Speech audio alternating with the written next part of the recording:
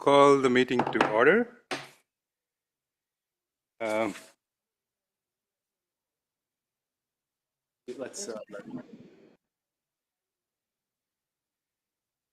I'll call the meeting to order. Pledge of Allegiance with Commissioner Avasti to lead us.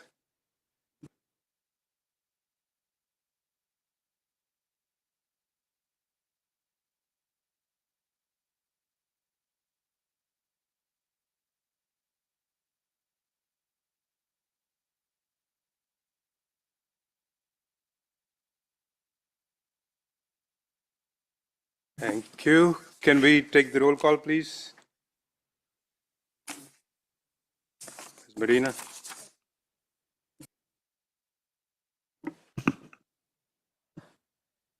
Good evening, commissioners, staff. Hold on just a second.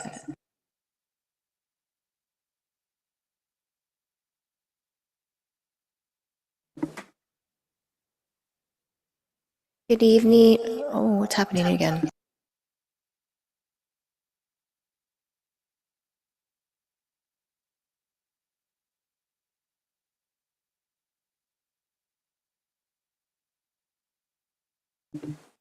Testing.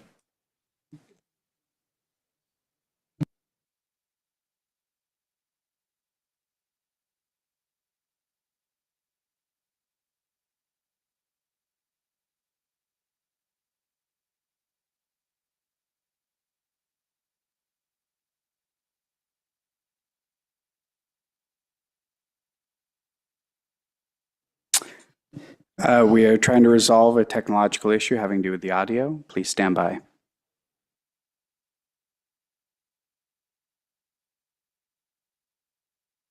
Test, test, test, test. Perfect. Thank you. Thank you for your patience. Good evening, commissioners, staff, community members. I will take attendance starting with Commissioner Castillo. Aye. Commissioner Brown. Here. Commissioner Calkins. Here. Commissioner Awasti. Here. Commissioner Galong is absent this evening. Vice Chair Kong. Here. And Chair Gupta. Here. Thank you. Thank you. Next is conflict of interest declaration. Could I request Commissioner, Attorney Creech to go for that, please?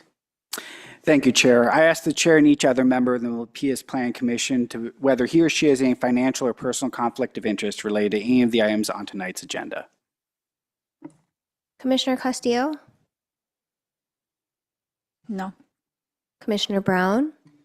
No. Commissioner Calkins. No. Commissioner Awasti. None. Vice Chair Kong. None. Chair Gupta. None. Thank you.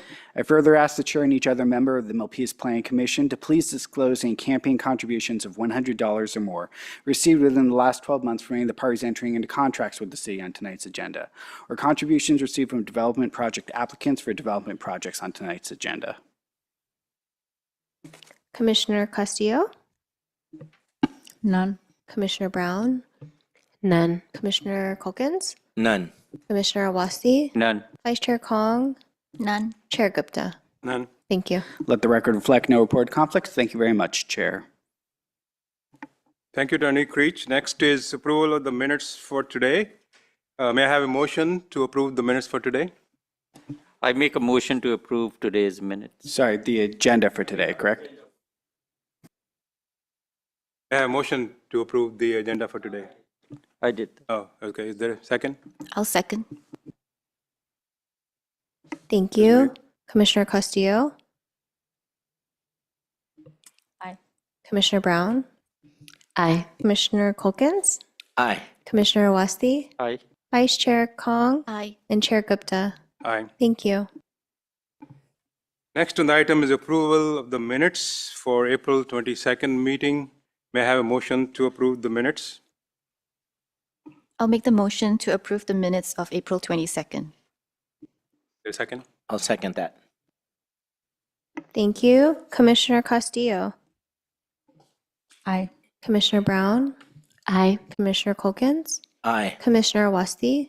Aye. Vice Chair Kong. Aye. Chair Gupta. Thank you. Okay. Moving along, yeah. I think Commissioner Brown was absent on the April 22nd meeting. She is still permitted you- to vote you on read them the as long as she has sufficient information to know that the minutes are correct, which I believe she indicated by her vote. Yeah, just for the record. Okay, moving along, are there any announcements from the planning commissioners? Normally they are not. How about the planning director? Good evening, commissioners and members of the public. Just a quick announcement that the regularly scheduled planning commission meeting on May 13th is canceled.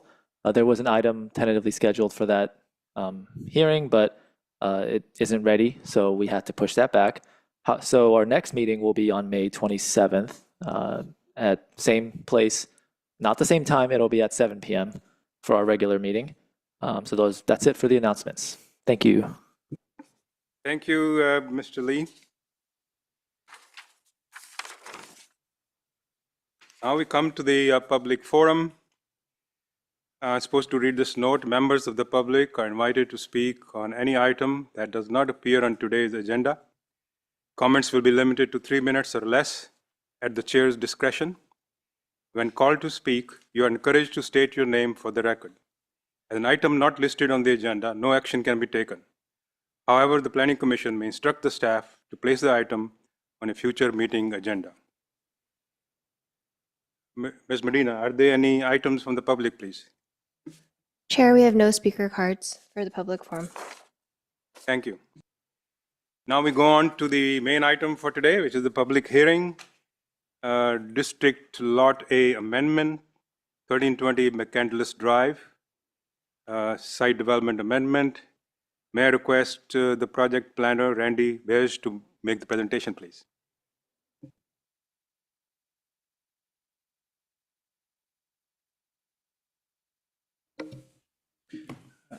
Thank you, Chair Gupta, and good evening, planning commissioners and members of the public.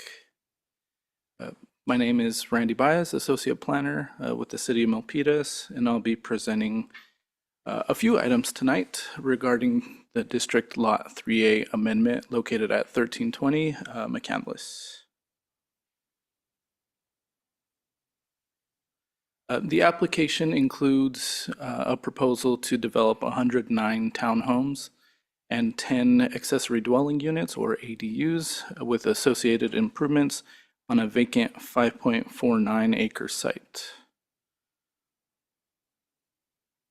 Tonight's application consists of 5 entitlements, all of which are being considered together for recommendation for approval for City Council. First, a site development permit amendment, permit number SA25-002, for a major modification to a previous site development amendment. This amendment will develop the site to 109 townhomes and 10 ADUs. Second, a conditional use permit amendment, permit number UA25-0003, to modify the previously approved CUP for the site. A density bonus permit, permit number DB26-0001, to utilize state density bonus law incentives, concessions, and waivers in support of the project's affordable housing component.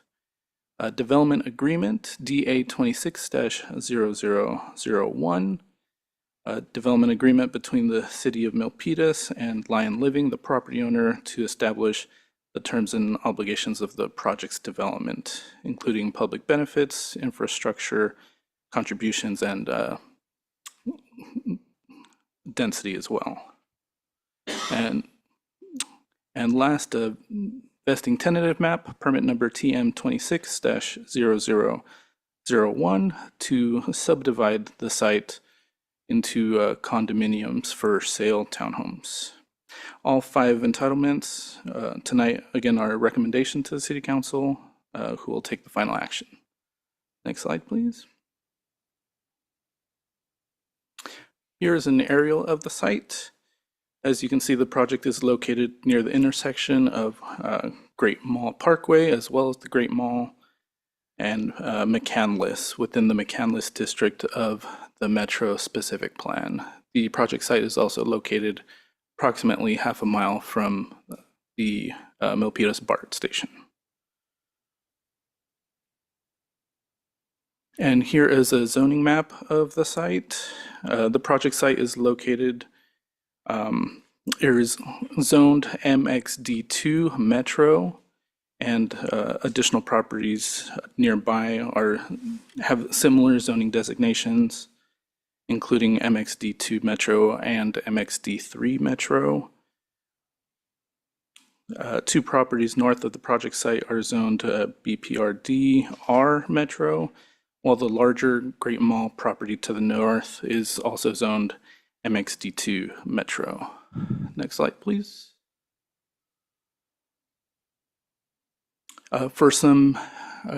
This table shows some of the surrounding general plan, land use designations, and zoning designations.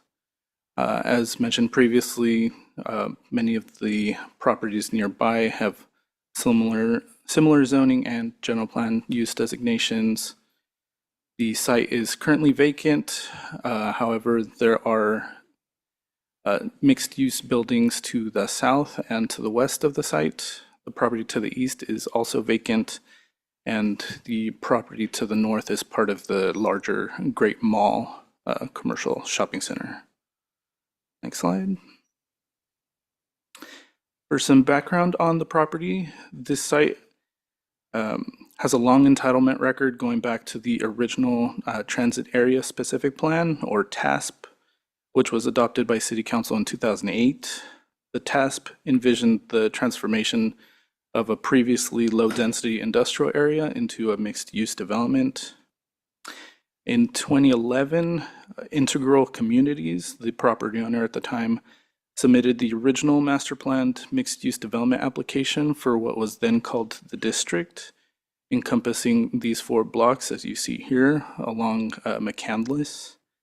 That application included a site development permit, conditional use permit, and tentative map.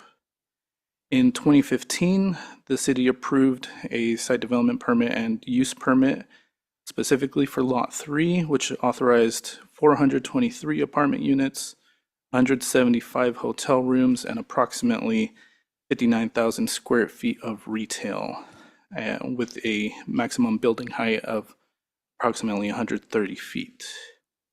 Over the following years, Lion Living acquired all 4 blocks of the district, now known as the Fields, and has been developing them in phases. Lots 1, 2, and 4 have been built out, and Lot 3A is the final remaining undeveloped parcel within this master development. And the current application before you tonight represents the applicant's updated vision for Lot 3A, reflecting current market conditions, updated state housing law, and the city's adopted Milpitas Metro Specific Plan. Currently, the Fields has 762 residential units and over 71,000 square feet of commercial retail space. Lot 3, again, is the last vacant parcel. Next slide. The current application proposes a further amendment to the previously approved site development permit, SD 15-0006, as amended later by SA 20-0004, and these changes include the following and are summarized in the table here.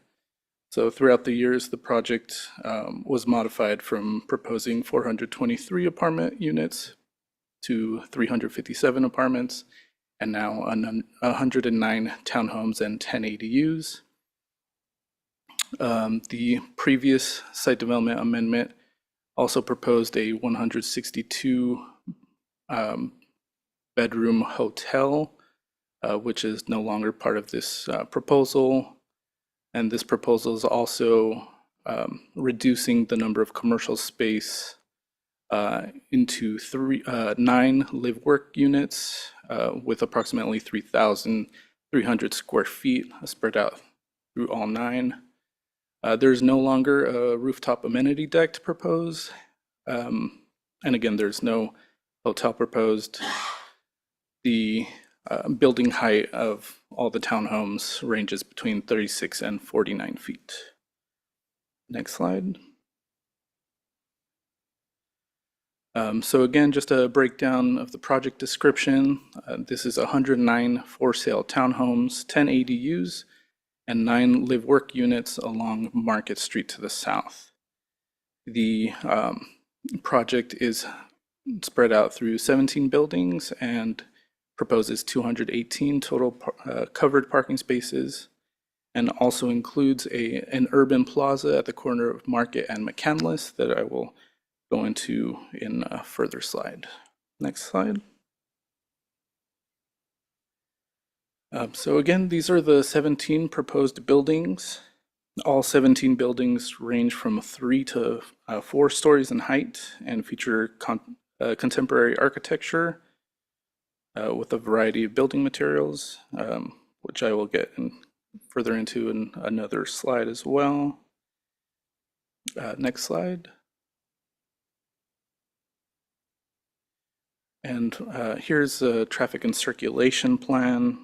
Although the site is surrounded by streets on all 4 sides, primary access to the site will be limited to one driveway along Market Street to the south in order to provide a more continuous facade and urban perspective from the other streets. The proposed project would require utility services, including water, wastewater, storm drain, gas, electrical, and telecommunications, as is typical for a project of this size. The proposed project would connect to existing utilities, and the project site is currently undeveloped except for a building foundation from the previous entitlement that was never completed. And additional site improvements can be found in the table below. Next slide. The proposed project incorporates a combination of ground cover, shrubs, and trees that are drought tolerant and consistent with the city's approved plant palette. The vacant site currently has 15 trees, 5 of which are along McCandless Drive to the west and will remain untouched, while 10 small trees along Great Mall Parkway to the north will be removed. However, 26 additional crepe myrtle and golden rain trees are also proposed along the other 3 street frontages, as well as 16 large elm trees along Great Mall Parkway to the north. And numerous other trees are proposed throughout the interior of the townhome development. Next slide. Per the Metro specific plan, private development must provide on-site open space at a rate of 100 square feet per unit, with at least 5% provided as publicly accessible open space. This results in a minimum of almost 11,000 square feet. And the proposed project exceeds this requirement by providing a publicly accessible urban plaza, shown here in purple, on the southwest corner of the site at the corner of Market Street and McCandless. Next slide.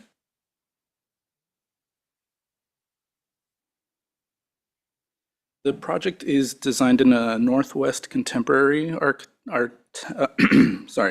architectural style, incorporating modern design principles such as clean boxy massing, flat and low sloped roofs, large black framed windows, and a mixed material facade. Exterior materials are shown here on the bottom, which consist primarily of stucco with lap siding, accents, while brick at the ground floor introduces a natural element that helps ground the project. Next slide. The site is located in the Metro High Density Mixed Use Zoning District, or MXD2 Metro. The purpose of this zoning district is to create and enhance areas with a mix of retail, restaurants, entertainment, and commercial service uses on the ground floor and residential or office uses on upper stories, while maintaining a pedestrian-oriented streetscape. I've broken the development standards for the MXD2 metro zone in 2 separate slides. The first one shown here shows the project meets all of these MXD2 metro standards. Next slide. And this table shows the density range, active use, and sidewalk width requirements or standards. And although the project does not meet the density requirement of the MXD2 metro zone, a development agreement is proposed as part of the project that would apply the minimum density in the TASP or transit area specific plan, which is 30 dwelling units per acre, and that the project does meet. The project also includes a density bonus permit to reduce the active use and activity street sidewalk width requirements of the MXD2 metro zone. Next slide. This slide, the general plan designation for the project site is Milpitas Metro Specific Plan, or MMSP. The Milpitas Metro Specific Plan classifies the project site as residential retail high density mixed use, or RRMU, and details the goals, objectives, and policies for that land use classification. The RRMU designation supports vertically mixed use development that has ground floor retail and active uses, again with residential or office uses on upper floors. Table 3 in the attached staff report further shows how this project meets these findings of the general plan. Next slide. State density bonus law incentives incentivizes affordable housing by offering developers certain benefits. According to state density bonus law, developers that reserve at least 10% of the housing units restricted to lower income residents are entitled to waivers, concessions, and incentives. Although the project is not providing affordable units on site, state bonus law permits local jurisdictions to provide incentives or concessions even where development may otherwise not be entitled. As such, the city could allow the applicant to request these incentives or concessions through the development agreement. Therefore, the applicant is requesting the following incentives or concessions in this table shown here. Both concessions are necessary to make the project economically feasible for the applicant to build, since the commercial requirement and minimum sidewalk width requirement would significantly increase the project cost. Next slide. As mentioned previously, this project also includes a vesting tentative map as shown here. The map is required in order to subdivide the property into for sale townhomes. Next slide. The city's Affordable Housing Ordinance, or AHO, adopted in 2022, applies to all new residential development projects of 10 units or more, designed and intended for permanent occupancy, such as this project. Pursuant to the municipal code, the applicant must reserve 15% of the total number of dwelling units within the development as affordable units. The city's AHO also states that if the project is a residential rental project, 100% of the required affordable units must be reserved for very low or low income households.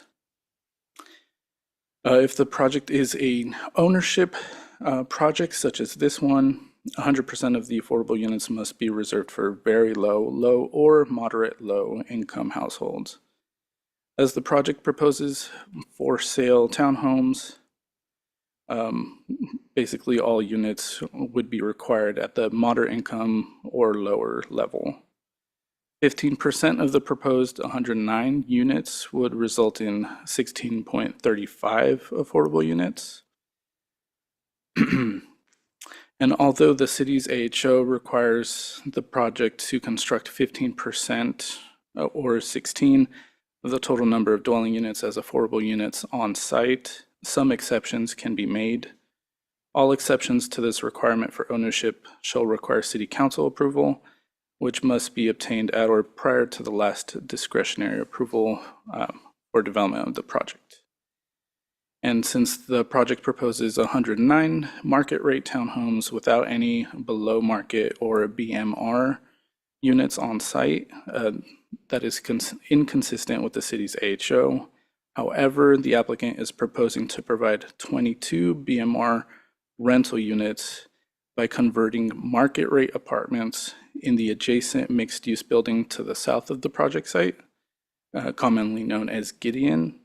And the Gideon building currently has 213 rental apartment units, all of which are currently rented at market rate. Next slide. So the project includes a development agreement, again, to preserve the minimum density as approved from the Transit Area Specific Plan, or TASP. Previously, it was 30 dwelling units per acre. Currently, the Metro Plan requires 40. The initial term of the development agreement is 3 years and does allow for 2 separate 2-year extensions. So that would be a total of 7 years. And the development agreement also includes 2 public benefits: a $400,000 voluntary contribution to the city, and conversion of 3 low-income and 1 very low-income units at Gideon, which would be above and beyond the AHO requirement of 16, bringing us to a total of 22 affordable units. Next slide.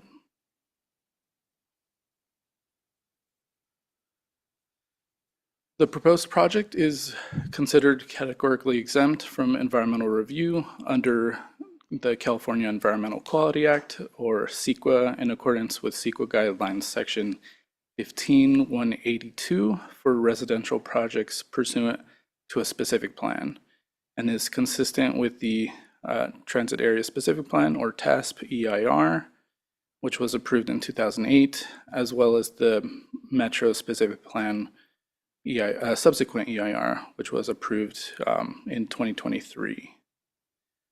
Next slide.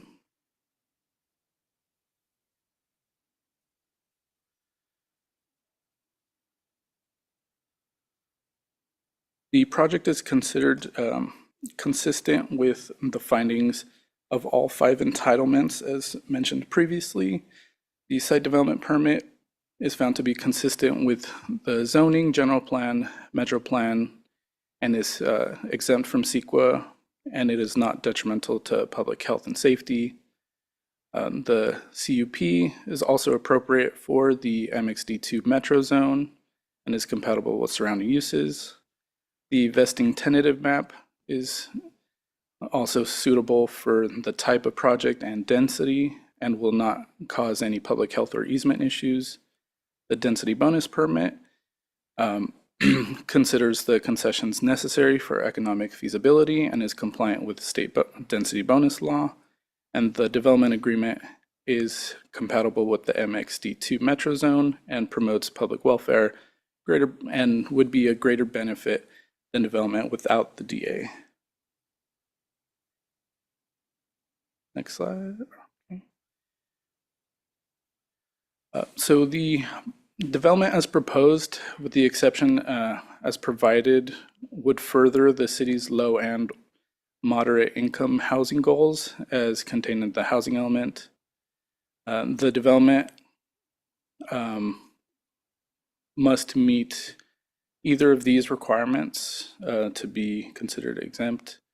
The development of a larger number of deed-restricted affordable units then would be created under the on-site requirement. The development of a larger number of deed-restricted affordable bedrooms, the development of larger amount of deed-restricted affordable living area, or the development of deed-restricted affordable units at a lower average income target as compared to the affordable units, or that the project would provide community benefits that exceed the benefit. As mentioned previously, the development agreement provides 2 community benefits and would increase the required number of affordable housing units. Next slide. As required, a public notice was placed in the Milpitas Post. A sign was also placed at the corners of Great Mall Parkway and McCandless, as well as the corner of Great Mall Parkway and Centerpoint. Over 1,000 postcards were sent to area residents and landowners, and 5 comments in support of the project have been received to date, and I believe all the commissioners have received copies of those. Next slide. In closing, staff recommends the Planning Commission open the public hearing to receive comments, close the public hearing, consider the exemptions in accordance with CEQA, and adopt resolution number 26-010, recommending approval of the following 5 entitlements to the City Council. Site Development Permit Amendment SA 25-0002, Vesting Tentative Map, TM 26-0001, Conditional Use Permit Amendment UA 25-0003, Density Bonus Permit DB 26-0001, and lastly, Development Agreement DA 26-0001, subject to the attached conditions of approval. And that concludes staff's presentation. I'm available for any questions, and the applicant Lion Living is also here. Thank you. Thank you, Randy. Appreciate it. Are there any questions or comments from the commissioners?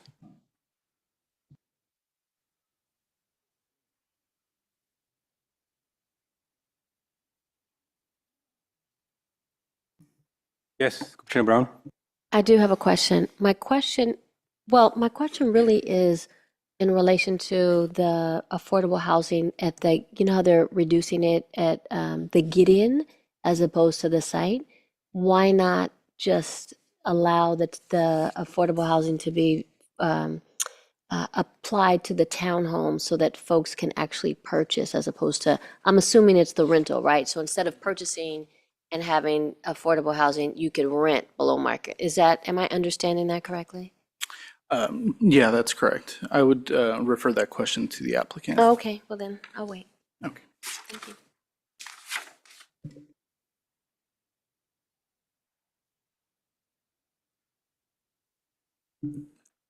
From my perspective, good presentation. I like to see the land finally, hopefully getting developed. It's been sitting blank for a while.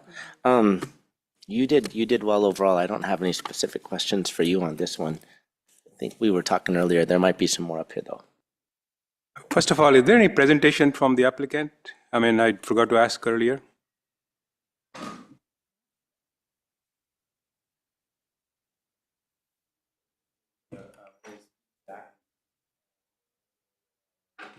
I'll start over. Chair Gupta, and my name is Peter Zach, and I'm one of the principals with Lion Living. We don't have a formal presentation, but I just wanted to give a couple of comments. And first off, just wanted to thank city staff. I mean, we've been like this. That site's been vacant since 2015, and we built out the whole master plan, and we've been unable to move that last piece forward because it's just the feasibility it hasn't been able. We haven't been able to move it forward. And so we've been able to work with city staff collaboratively for the last year to come up with this proposal for you guys tonight to consider that we're excited about. We think it brings a good balance to the housing. I mean, we've built almost 1,000 high-end luxury apartments, and that original entitlement had all market rate housing. So here before you tonight, you've got for sale housing, which is very rare to find these days.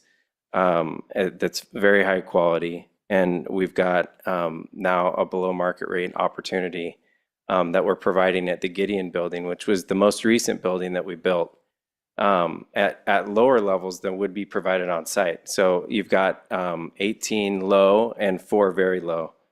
And the most important thing is that those units are already built.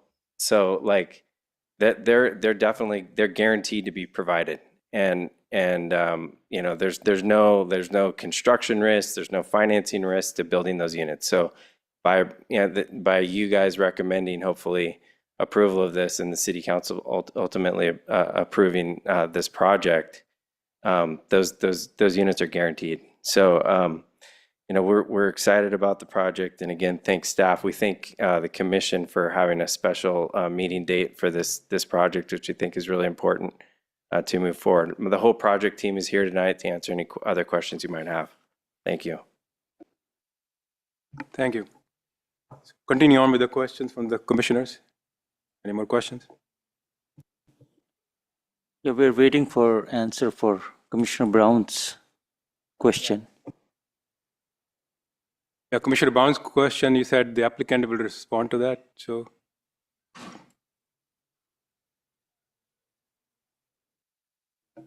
Yeah, the question about why are we not providing it on site, it really impacts the feasibility about moving the townhome project forward.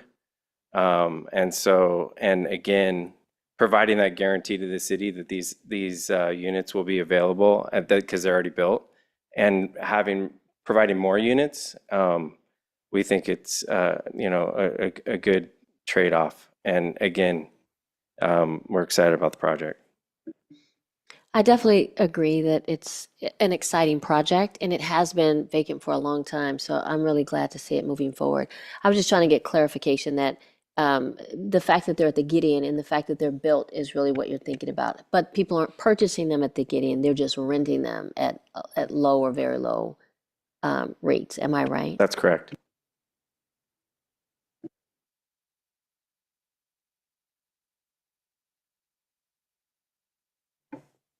So adding to Commissioner Brown's question, is there any way that you can add some for sale units?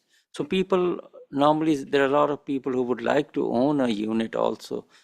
And because after living in the rental unit for some time, they will always, when they move out, they can't live over here. And that's guaranteed for 30. What happens after 30 years? The rental, the units that would be provided in Gideon would be deed restricted to be affordable for 55 years. So it is a longer term than 30 years. But in answer to your question, again, it really impacts the feasibility of the for sale project, and so that's why we're offering more units at lower levels of affordability at the Gideon project. Okay. Yeah, this has been vacant for a long time. We want to see something happen there. Yeah, Vice Chair. Thank you. Thank you, Randy, and for the presentation. And I want to thank staff as well for working closely with the applicant to bring something forward. But I do have a lot of concerns because while this is coming to us for, you know, like a reduction in the scope of this project, to me, it's a reduction of total units that's going to be available because you're coming from over 300 units now down to about 110 units, right? So it's a loss of potential housing for the city. And I want to understand if you have actually looked into the economic feasibility of making it a condo rather than a townhouse, because if you build apartments with high density for sale, would not that have been something that would provide you with the economic feasibility rather than reducing the number of units into a townhouse project? Yes, I mean we've looked at all sorts of things in terms of the feasibility of the site since 2015.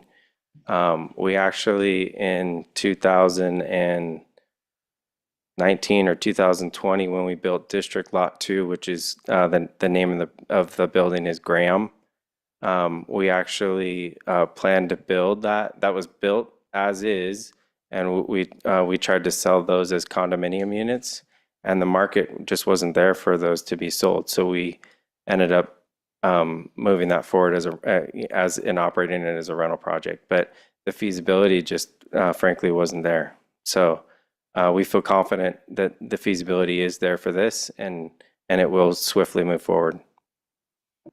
And I wanted to also kind of understand better about the feasibility of rentals, right?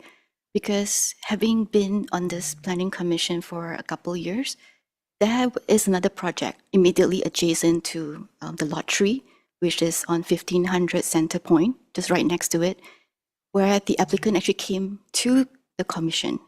This was just a year and a half ago. And they're coming back to us and say they need more units.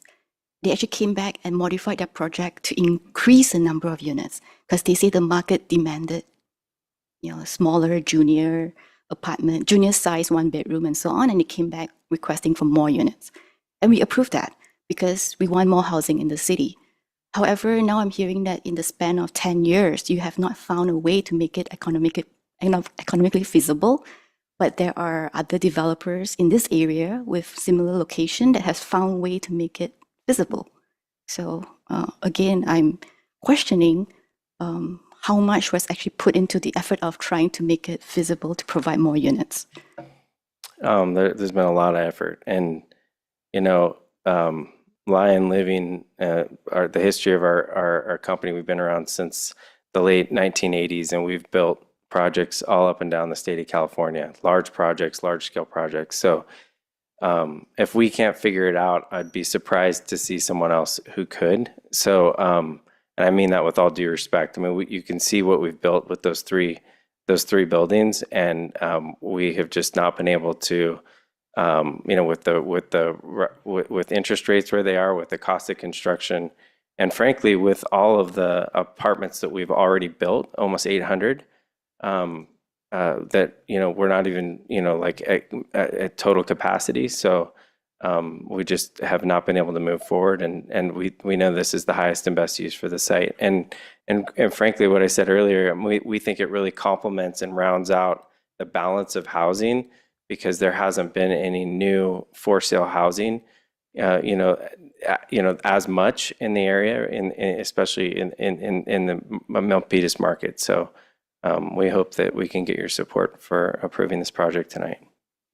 Yeah, I want to add on as well because I've been a long time resident here in Milpitas, and when the district, the fields was initially proposed back in the 2015 and so on, I'm not the only one who's very excited for the scope of development that's coming in, because it includes hotel, and at that point it was also positioned as a luxury hotel. Virgin Hotel was coming in to build one of a kind here in Silicon Valley, and they chose Milpitas. And that's the vision that I think many of us in Milpitas have, that we would be the hub, the center that would attract a lot of new innovative projects into the city. But hearing this is just another townhome, this is not anything that is going to be giving the city something to be truly proud of. It's going to be just another townhome project that we have many in this area. And it doesn't distinguish this location. This is a very prime location. This is a short walk from the BART station, a short walk from Great Mall, and we envision something a lot more vibrant than townhouse. So that's my position. I just wanted to at least express that as much as I understand and appreciate all the effort that went in, it's a big disappointment from where it started off from. Well, I'm sorry to hear that you feel that way, and I can understand it. But since 2015, we built, those other three buildings. We've built, really high-end inline commercial space for those buildings. COVID hit. We've had the rise in interest rates. Everyone understands. I mean, there hasn't been a lot of things built, for many years. And we still are very proud of this project. We're not the type of developers that just come into a city and build something and leave. I mean, we've been here since 2015. So we really care about the city, and we want to do something that's going to complement all the other things that we've invested here in the city. We've been very patient with retailers that have come into the site. We had many offers for other grocery stores to come in, and we held out for a high quality grocery store with Trader Joe's. We've done the same with filling up the retail space. So, I respectfully disagree, because I think this this is going to be very high quality housing, and it will round it out. And we're still going to, our hope is that Market Street, we can do farmers markets on, Saturdays, and we plan to be here in the city for a long time and partners with you for a long time. Yeah, I appreciate, the continued work and support and, making sure that your projects are completed. I appreciate that. I just wanted to just express that from the beginning where it was envisioned to what it is now is still a drastic change. So, yeah, thank you. Thank you, Vice Chair Kong. Okay, so I want to kind of follow up on that a little bit more. I like to really understand why condominiums are not feasible. I mean, you explained it in generic ways, but I like to kind of quantify it and really understand why you have to have townhouses to make it feasible.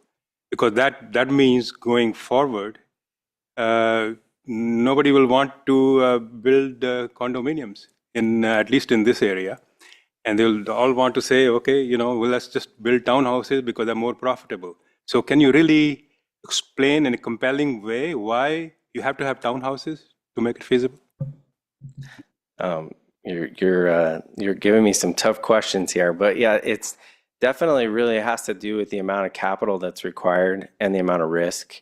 And with construction costs as high as they are for these higher density projects, and then where interest rates are and when you're capitalizing the project and sourcing the debt, and then the amount of risk to sell each individual units. And it's not really an offering that here is in the city of Milpitas. So I promise you, we've looked very hard at it and diligently at it. And this is still a great unit that will be available for young families, for young professionals, and we know that it can be executed at a high level. So, I mean, that's the best answer I have to your question. If the interest rate was lower by couple of percent, will that make it feasible? Or there some other factors? Maybe, or even more than that. Yes. More than that in terms of interest rate, or some other things come into play? It's just the economy in general. I mean, with the costs have not come down, and high interest rates, it's not feasible. That's the bottom line. And we've been trying to do something with it that complements the rest of the project since 2015. So, Mr. Lee, will that make condominiums infeasible for the near future in the city of Milpitas? I don't know if I'm equipped to answer that question. Yes, so it's tough to say. Moving on. You mentioned that you will have 9 live-work units. Can you first of all tell me what do you mean by live-work unit? How are they different than retail? Those units are set up to operate a business on the ground floor, and those are right along Market Street across the retail that's literally right across the street, so that it'll interface with the retail that's there, and you can buy the unit that's your home and operate your business out of the first floor. In the ground floor, right? Correct. So when you say operate your business, what kind of businesses will be there? They're not really retail shops, right? You can't really have customer coming in and buying something. I mean, it's a CPA, legal services, those types of professional services. I mean, the architect that I have here, probably who has designed it and designed many, knows what types of businesses are typically in those live-work units, because I know that you want to chime in, Michael? Just to help you. Actually, live-work units are incredibly flexible. They can be as boring, assuming nobody's an accountant, could be a CPA's office, but it's also hairdressers. It's also little cafes. They have coffee shops. They have architects' offices. it's about as varied as the retail across the street. The only thing you really don't have the ability to have huge kitchen facilities. Anything else is doable. And there's at least 5 or 6 live work communities we've developed. It has been as varied as wedding planners, cake baking. It's across the board. And the beauty of living upstairs and going downstairs thing. And these are designed not as like close off. This is all glass, just like a retail. It has its own door. So you made a very good question, Councilman, is can a customer go there? They not only have a door, they have their own door just for the retail. So think of it just like a shop. It's kind of the classic, marketplace that everybody would always want.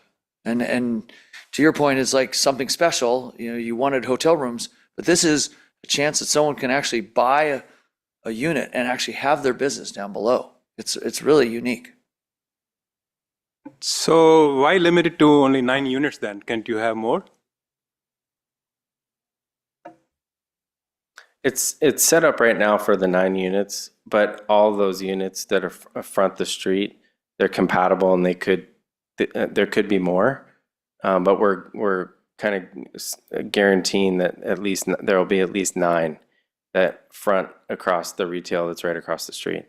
But yeah, there's definitely that ground floor all the way along Market Street. Those units are set up. And other than the Plan 1, right, Michael? That it can be. Do you have the image of? That'd probably be super helpful for you to see the image of what it. Sure. You imagine shops, and it's like right out of like walking downtown San Francisco with shops on the ground and people living above. We actually have them in Milpitas right now, just catty corner from where we're at right now. Exactly. I don't know if you're familiar. So what is the reason of putting them on Market Street, kind of in the back alley, as opposed to on Great Mall Parkway? Probably because of parking? We wanted to bookend the retail across on the Gideon. So we see Market Street as this. It's designed actually traffic-wise to be able to be shut down. And so the idea is that would be where the farmers market is. There could be festivals there, vegetables being sold at different times. But it was intended in the original intent of the specific plan was that would become this market square. And it would often be shut down for all kinds of city events, neighborhood events, holidays. And then so we located those specifically to embrace that, to encourage it. And it's more oriented for the pedestrian traffic that Market Street is, as well as McCandless. So, Yeah.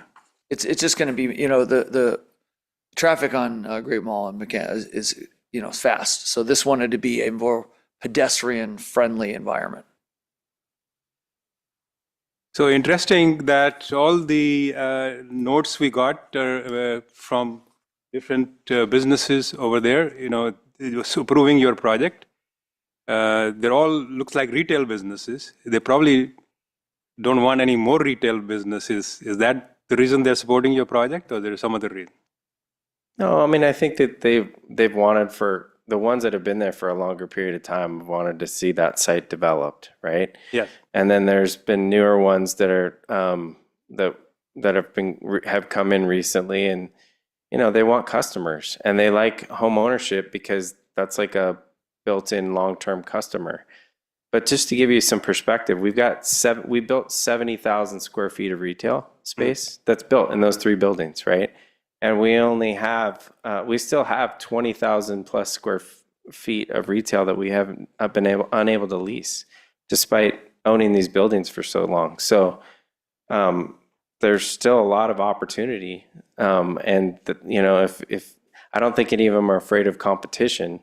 I think people want more retailers to come in. They want more residents to come in, and so that their businesses can grow.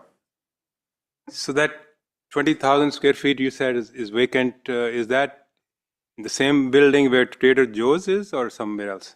There's and the majority of it is there is some in the building that Trader Joe's is.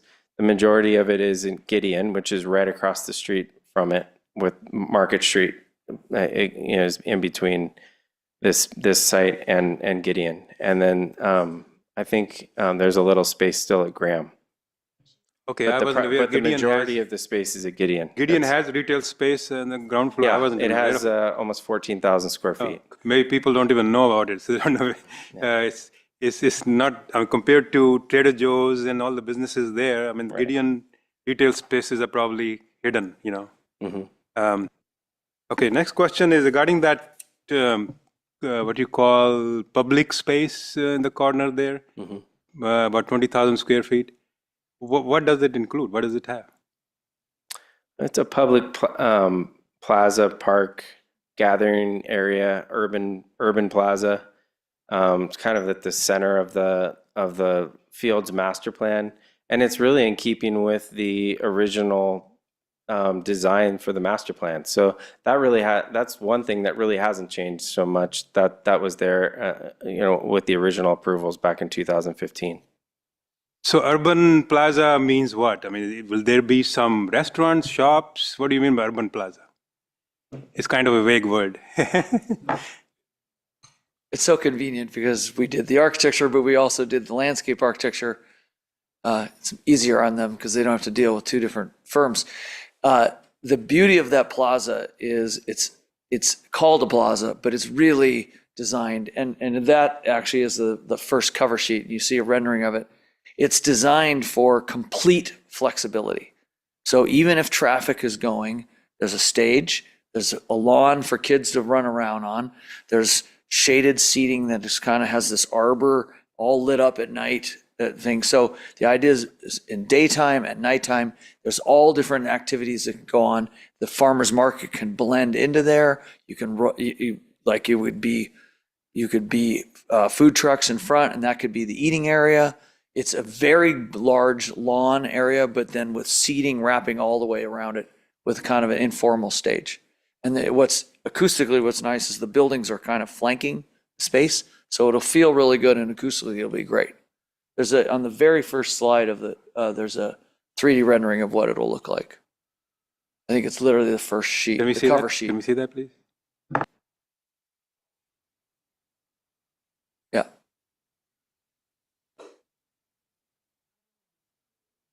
So and the idea is the wrapping seating, different types of seating, built-in, flexible seating, lawn to play. People go out and again, kind of to why we located this on this corner versus on the other side. This is the pedestrian side. This is from this plaza, it goes right down to the other live work units. So you could have like some concerts or something. Absolutely. It's designed for that. Actually, it's like a stadium seating. So there's two different levels and then seating above. You can see kind of the imagery. Good job. Thank you. Perfect. Okay, that's interesting. Yeah. And it has this really, really neat trellis that kind of wraps the circle. We wanted it to be more freeform design to kind of like be a piece of nature in an urban grid.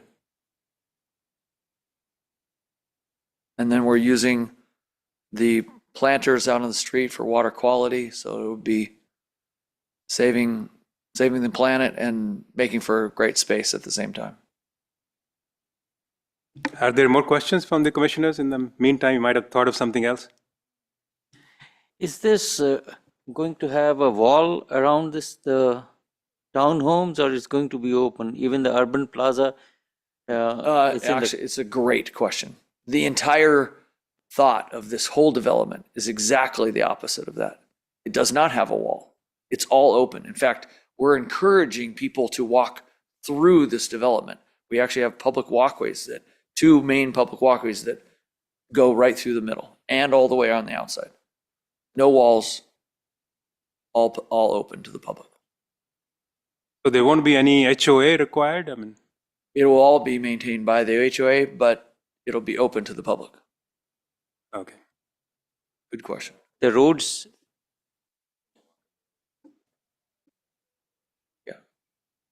The roads inside the complex are going to be city roads, or? No, private roads. Okay. And they'll be maintained by the HOA?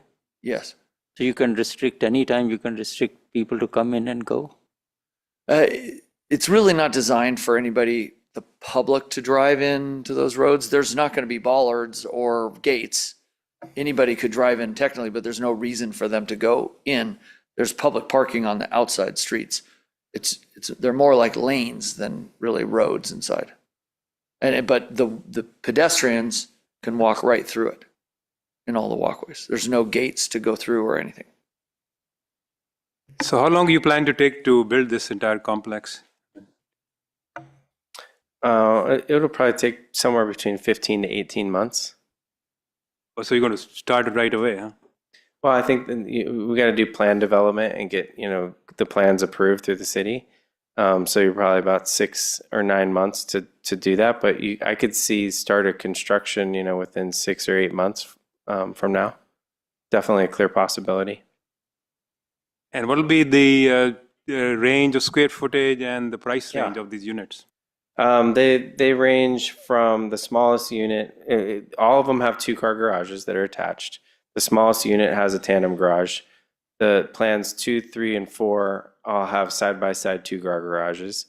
The smallest unit, if it's the 3-story version, is about 1,400 square feet. But the 4-story version is so it basically ranges from 1,400 square feet all the way up to 2,500 square feet. So they're good size homes. And that plan 1, if it's the 4-story version, the smallest unit type is 3-bedroom, 3.5 baths with 2-car garages. And then the larger unit, all the other units are 4-bedroom, 3.5 bath with 2-car garages. So the kind of narrow unit looks like 3 or 4 stories.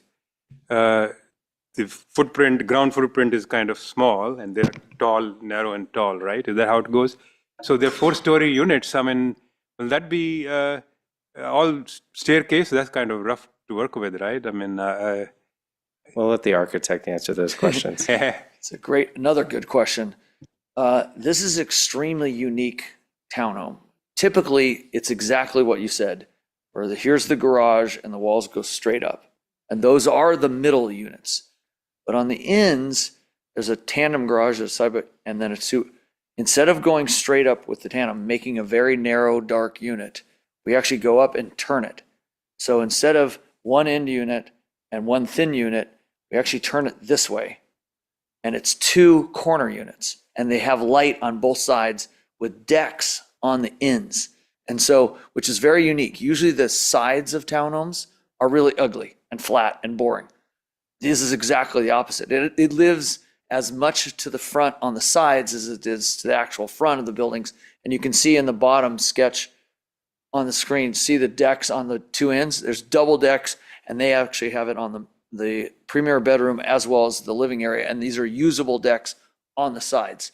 So those units, instead of being a long, skinny, are actually fat and wide and on a corner. And the unit actually lives around the deck. Kitchen, living, dining, all around it. It's a really bright, light unit. How many units are there in each building, typically? Each building, how many units? Each building is different. It goes from 4 units all the way up to 10. Oh, I see. Each building is longer or shorter. Can I ask a question? Yeah. So help me understand how this translates to the vesting map, because the vesting map shows the division of the lots so that it can be made for sale. So great. But now that you guys are staggering things up, how does that work?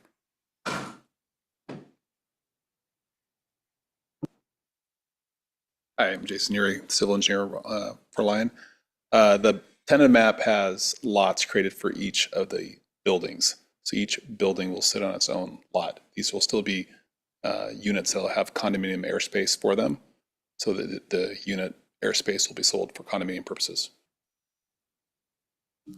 Is that, in that case, why don't the whole lot 3 that we're talking about here be sold as is, right? Why does it need to be subdivided? There's just different preferences for land division purposes, DRE budgeting, kind of running through a course of a normal subdivision, residential subdivision for common use. So it's just a practice to subdivide the land in different ways. In the market, the builders, they prefer it, set up in this arrangement. But from the buyer's perspective, it's still a so-called condominium That's correct. ownership, right? That's correct. But there are now subdivided lots. Okay. Yeah, that's correct. It's still the same. That doesn't seem, I don't know, I'm a bit confused as how common this is, because for our other townhouse projects, it's always been one continuous It's an lot. extremely common practice in the area and throughout California. I think I understand, if I'm understanding correctly, the question of like why do you do the land subdivision but also the condominium airspace? I believe it's for the common area. Like you need, like you have each building as its own land, but then all around it there's common area, and that is shared ownership across everybody. So I believe that's why you would need to use that combination of two types of subdivisions. I'm not sure if I'm using the correct terminology, but just layman's Essentially terms. correct. Yeah, that's correct. And without subdividing it, you will not be able to attain certain things out of it. I'm just trying to understand the benefit of subdividing. I think there's a whole host of reasons that have benefits for financial purposes, for DRE budgeting purposes, for just flexibility in just the land division. Okay. Can't give you a better answer than that. All right. Thank you. These 3 or 4 storied townhouses, and it all has stairs. There are no elevator, I'm sure, right? And so probably it's not going to be attractive to seniors. I mean, not going to like 3-4 stories going up and down all day. So it's only meant for younger people? Is that what the purpose of the building? No, not necessarily. But I will say that this project or this product has been built before, so it's not like from scratch, and it's been built in very high-end residential areas. So where the buyers have been older, so to speak. So, but yeah, I mean, it's probably ideal for younger professional or younger families. But yeah, just because it has the stairs doesn't preclude, older people from buying them. Okay, thank you. Are there any other questions? So one last one. Where's the pickleball courts?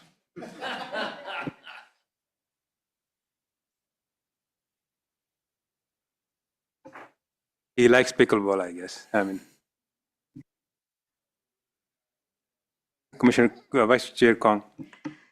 I I'm mean, assuming I that. Oh, No, sorry. it's okay. You go ahead. I wanted to circle back on the visibility stuff, because it just came to me that this area, I mean, you had planned for a hotel to begin with, and this was still in the revision that was done in 2021, right? It's as recent as 4 years ago. Hotel was still feasible in your eyes. And we have a lot of new hotels projects all over Milpitas. And in this particular location, it's kind of like shortage of hotels, I would think, because the only one that's existing is a Marriott Courtyard, which is a very small, low-density hotel, and nothing else within walking distance of the bar. So how did that also change? And I understand that perhaps there's so many more hotel projects that's sprouting all over Milpitas, and why not this area? Is that, I know we talked about condo not being feasible and apartments not being really feasible, but what happened to the hotel vision? Yeah, it's a fair question. And when we originally obtained the entitlements for the project, we really wanted that hotel there. But I mean, unfortunately, I don't have a better answer than in terms of what I gave you for the higher density apartments. I mean, the feasibility just isn't there for hotels. We as a company own hotels.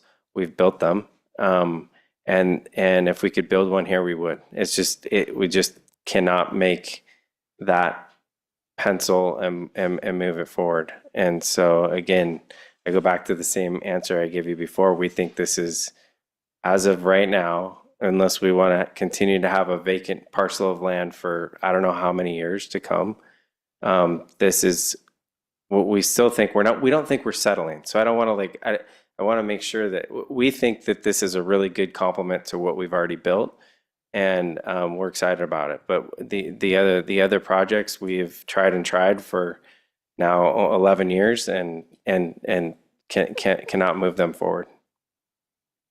So, so I want to add on a little bit what Chair Gupta mentioned about the fact that you have a lot of retail today that hasn't yet been leased, and I agree with him. I think part of the reasoning is many of people here in Milpitas who are locals, we would not be taking that small road inside of like Market Street and so on unless we are visiting somebody in there. So from the main streets, like from Montague Expressway and from Great Mall Parkway, there is no visuals to the retailers that are inside. So do you think they can add better signage that's kind of coming in from, I don't have the map up here, but the road that McCandles that's coming in from Great Mall Parkway, there should be better visual signs to indicate that there are retail stores inside. Because we do not want to see that, this project goes up and then now it's the townhouse and people will just drive by and assuming these are all just housing. Mm-hmm. There's nothing there inside. Mm-hmm. So yeah, I think that's a great point. And so, monumentation signage, wayfinding signage to really draw people into what that Market Street really needs to be, the special retail corridor, which is what we want it to be. And so I think we really need to study that and pursue adding, better wayfinding and directional signage and really drawing them in. We are really been working hard to market that space. And I can tell you that the biggest obstacle has been that we've got, 5.5 acres that are vacant right in front of it. And so, no one's wanted to go in until they see some activity on that site. So, but the signage is key and we can definitely work to improve that. Commissioner Castillo, you had a question? Yeah, I have a question. Not anymore? No. Curious, I'm just guessing the four bedrooms, probably at the end of the buildings, that's where you're going to be building the sizes, because that's the biggest ones. I'm just.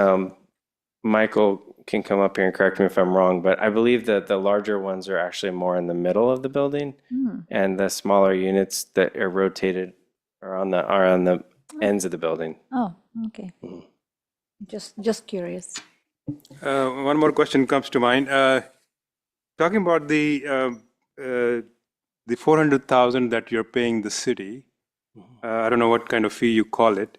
But if they had the full project there according to the original plan with 300 plus units, they would have a lot more impact fees, I guess. So is that a big loss to the city, Mr. Lee?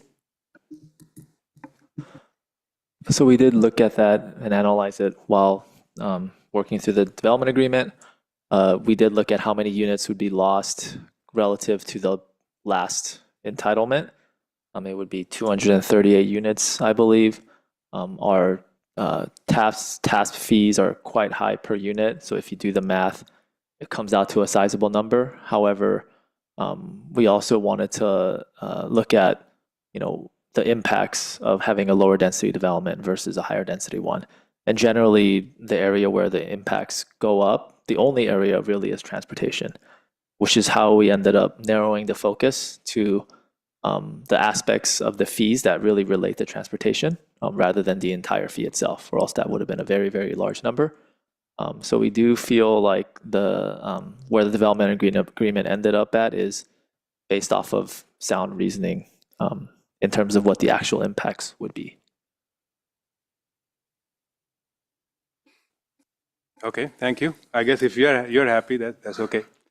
I have no further questions. I have a quick question. The 20,000 square feet of retail on Market Street, has it never been rented, or people come in and they go out of business, or It's never been rented. It has never. Have you tried talking to our economic development team here in Milpitas? I believe so, and our brokers, I'm sure, coordinate with the city, but but I can double check for you on that. I don't know for sure certain. We have a great team and they can advertise and they can help get someone around there. So you got to work in tandem with them. Maybe something can happen. Yeah, I appreciate that. We'll definitely look into that. Thank you. And that's a great point, Commissioner Wasti. Chair, if I could say just a few points on that topic for the commercial. I do want to point out for the live work units that they are as through discussions, the intent is to have them be deed restricted. So if I may make kind of an early recommendation is to include a condition of approval that would really memorialize that, although we already discussed it in the staff report. Because in essence, what it would do is it would guarantee that these spaces would function just as your traditional retail. Even in like mixed use developments, not every space is pure retail. And as one of the speakers mentioned previously, it would just have greater flexibility, meaning that the likelihood of the space actually being used as opposed to maybe in another mixed use development would be greater. As a live work unit. So I do think that that condition would be appropriate if the applicant agrees. I'll just, the way the conditions are written right now, there's extra glazing that's required for those 9 units. So I think it's pretty clear that those are set up for that. I understand your point. And rather than try to work on a wording or something right now, if that's something that the commission would like to see, we can work with city staff prior to city council, then rather than try to figure that out here at the dais. That would be my preference. Yeah, I think what I was thinking, if Attorney Creech agrees, is if we are in agreement with that, then we can work on something prior to city council. But yes, I do believe that would just really, add a stronger commercial element to this. Also want to touch upon a few other subjects. Just want to let the discussion continue because it was such a great discussion. In regards to the, I guess the for seniors, right? Whether this would be a development that could, be suitable for seniors. I do want to just point out that there are 10 accessory dwelling units, so that does allow for multi-generational living. So just wanted to remind everyone of that. Jay, just to point out on that. And again, Michael can correct me if I'm wrong, but every single one of these units, they have a bedroom downstairs. So when you walk in, so that can speak. I mean, they may not all meet all the accessibility requirements that you just talked about, but every single one of them has a downstairs bedroom and bathroom, and then on the second level so that's the ground floor level, and then the first floor you go up would be your main living area. So sorry, I didn't mean to cut you off, Jay. So where these 10 ADUs, which floor are they located? First floor. Okay, yeah, that's ground level. Yeah, that's good. Can I follow up on the ADU question? So if the ADUs, when you were flashing through the presentation earlier, there was a map of where the ADUs are located. It looks like it's towards the end of each building. And you mentioned that the end units are going to be smaller units. So how does that work? In the sense that is the ADU deeded to the same owner of the unit above it, or is it deeded to another unit somewhere in the building? Can you explain how this ADU is tied to the townhouse? Some very good questions tonight. So at the ends of each building, that unit that I talked about that did this, it's paired with another unit front, I'll call it. The one that has the thinner garage is in the alley on the lane, and the one in front does the same thing, but it also goes down into the ADU. And it's actually, you can see them on the screen where it says ADU, it's that end unit. And potentially we could add more if it was desired. But So that's underneath your unit. Kind of similar to what we talked about with the retail being underneath. It's a similar relationship. That person, and it's a lock off as a separate entrance if it needs to be, and so it lives beneath everything. But the person will own it all the way up and be able to rent the ADU, or they'll have their grandmother living there, or their son-in-law, or whoever. So the end unit, if it includes the ADU below it, technically might have total square footage that's pretty decent size, right? Bigger than Yes. just a unit on its own. Yes. Okay. And can you flash that same map again? Because I noticed something interesting. There's also this handicap label units at the corner. And those are not ADU. Those are just regular ramp accessible units. Is that why they're labeled handicap? There actually is both. There's some that have the handicap symbol, and what that means is that it's adaptable for handicap people downstairs, but there's also ADUs that are handicap as well. They're along Market Street. There's some that are both. Right where it says Market Street. Right, yeah. So it has the handicap symbol in it, but also ADU. So when you say it's adaptable, the doorways and the handlebars, all those things can be designed into Accommodated, it yes. when the owner if they choose to, right? It's not like Yes. built in by default if they choose to Yeah, purchase it's it. adaptable. Okay. It's designed to not just meet with handrails, that's the easy part. It's that all the door swings are big enough to allow for the movement of wheelchairs and blind people, all kinds of stuff. Levers for the doors that doesn't take a greater force. There's lots of different things, and strike distances on the doors, all kinds of stuff. Okay. And no steps Okay. into the units. That's the biggest issue. And then now that we are looking at this map, there is no playground being provided in this community. Is that correct? There's only like open spaces, but In this no- neighborhood, there's a massive park, literally walking Mhm. distance from this. yeah, the McCandles Park, but within this community itself, there's no playground structure. Yeah, right? Okay. what we wanted that plaza to be is very flexible, and it's an open lawn area. The kids will be running around, or my kids would have been running around on that, probably hanging from that trellis too, but And it no- doesn't have a classic tot lot. Yeah, and it doesn't have a classic like a barbecue area or gathering space other than the plaza. Is that correct? The decks themselves, most people do decks that are like 5 feet wide by, 8. These are lounges. These are loges. They're furnishable difference. There's plenty of room for barbecues for people to have their own barbecue right off their kitchen on those loges. Okay, thank you.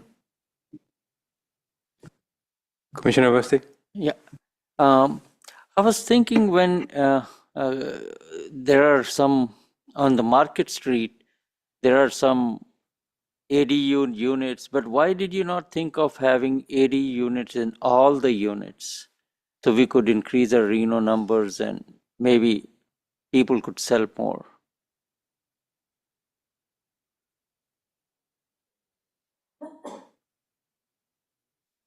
I just think it's more, and good question. I don't know. I don't have a good answer for you.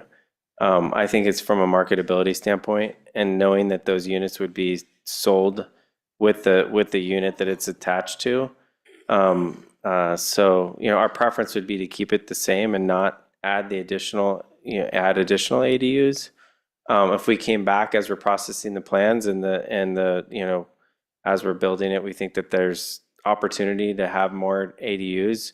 We certainly would work with staff to accommodate, because it doesn't change the site plan necessarily. So I don't have a technical answer for you as to why we didn't do more. But we'd definitely be open to evaluating that, as we get into the plan development phase of it. Thank you. So, Mr. Lee, are we going to add this condition of approval that you mentioned, or just not add it now, and you're going to do it before the city council meeting? Procedurally, if the commission thought that that was an appropriate condition, then the maker of the motion in recommending approval or whatever action could say approve with a recommendation to add a condition related to deed restriction of the live work units. I will say though, before we make a motion, we do still need a call for public comment. Yeah, okay, good point. Okay, Ms. Liz, are there any public comments? Chair, we have no speaker cards for this project. Thank you. Okay, so I'm in favor of adding that condition of approval because I think those live work units, we do want to make them stronger, from wording point of view so that they achieve the objective that we're trying to achieve, which is pretty much like a retail place with some restriction like this, that you can't have, big kitchen or something, but anything else is acceptable, right? Right. So simply all you'd need to say is, you could make the motion and say, with the addition of a condition of approval restricting the live work units, the deed restricting live work units to commercial purposes.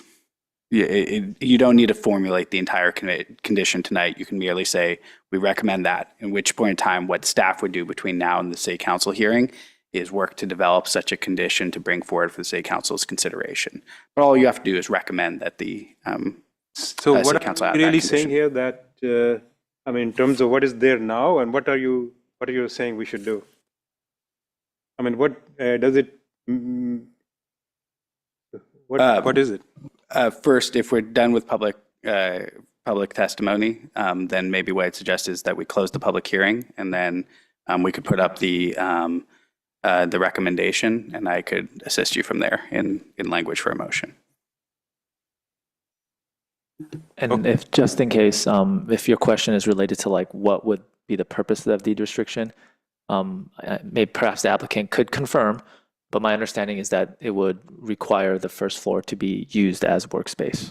Because what sometimes people will do in a live work unit without the appropriate controls will use it just for living.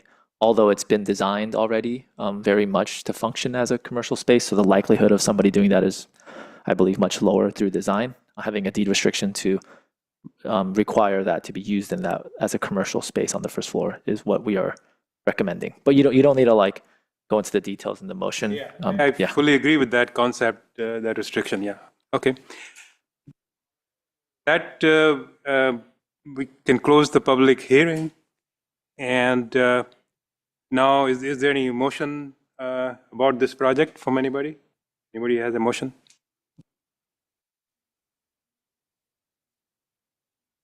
I heard recommendation from Commissioner Awasti about increasing the number of ADUs if possible, right? This is something I just heard. Yeah, so I'm not sure if this is, I know we just closed public hearing. I'm not sure if. We can reopen public hearing. That's okay. I don't know that. Yeah, we did not hear a clear response. Firm comment, or are you proposing that we propose additional ADUs? That's what I heard from Commissioner Awasti, and we didn't get a clear response. I think you were just asking a question whether it's feasible. It was a question if it is feasible for them. My question was that why did they not build more ADU units, which is easier? Let's say a young person has a fracture, so they can't climb up the stairs and they can be on the first floor where their ADU is, or they can rent it out for grandparents or some parents. So that was, and to my understanding is that maybe you'll consider it and check it out if more units can be added or not. But it is up to you for the feasibility of the project. I just see the convenience, and I think it'll be a good selling point also. And it increases our arena numbers also. So we all benefit from that. Okay, so we're not putting that as a condition of approval? No. Yeah, I think you can work it out later too. Condition of approval is what we just talked about earlier. So about the live work units. That anybody has as a motion to move forward?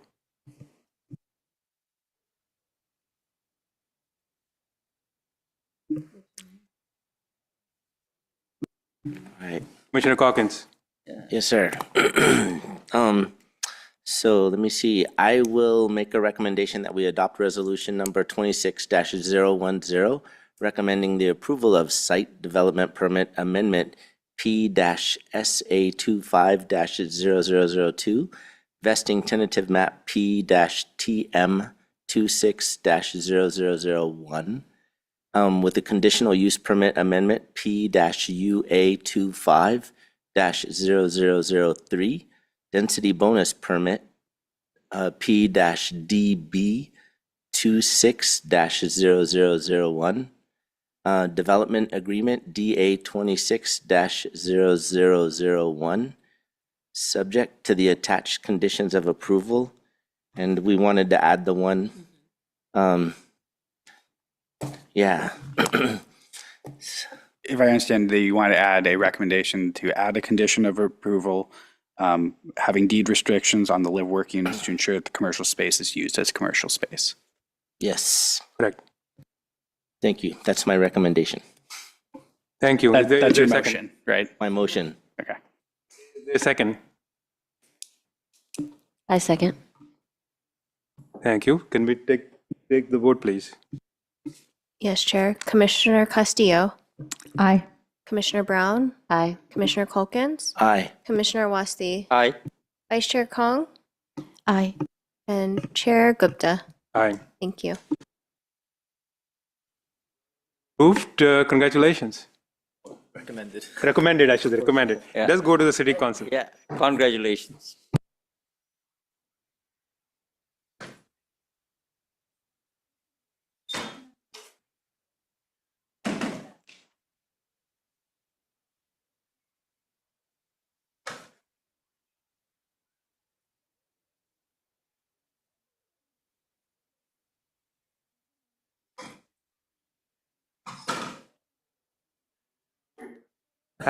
Sorry. The meeting is not over, guys. We are going to continue. Is there any new business? There are no items here in the new business. Unless somebody has new business, in that case, I'd like to read the statement. Any person aggrieved by any final decision of any board, commission, or department head to the city of Milpitas may appeal the decision to the city council by filing written notice of the appeal with the city clerk within 12 calendar days of the date of said decision and paying the required fee. This time limit shall be strictly enforced. Okay, with that, we adjourn the meeting. Thank you.